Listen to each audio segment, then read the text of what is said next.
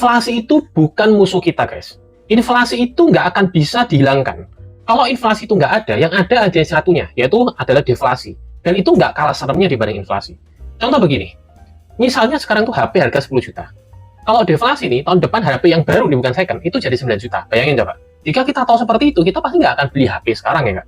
Dan seterusnya tahun depan juga lebih murah lagi, akhirnya kita nggak akan belanja-belanja. Jika seperti itu, artinya apa? Inovasi akan berhenti, perkembangan ekonomi akan berhenti, karena kan orang malas buat perusahaan yang ngapain nggak laku-laku barangnya. Nggak? Nah, itu lebih parah daripada inflasi sebenarnya.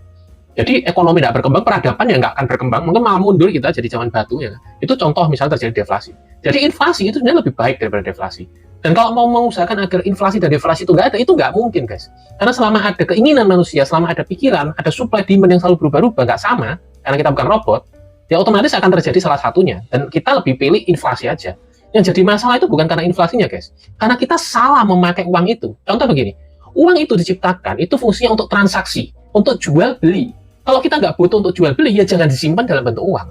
Harusnya kita simpan penghasilan kita dalam bentuk lain. Misalnya contoh dalam bentuk emas, Bitcoin, atau paling parah lah obligasi. Meskipun obligasi itu hasilnya tetap kalah kadang sama inflasi, tapi ya oke lah. Masih mending daripada dalam bentuk uang yang bisa kena inflasi.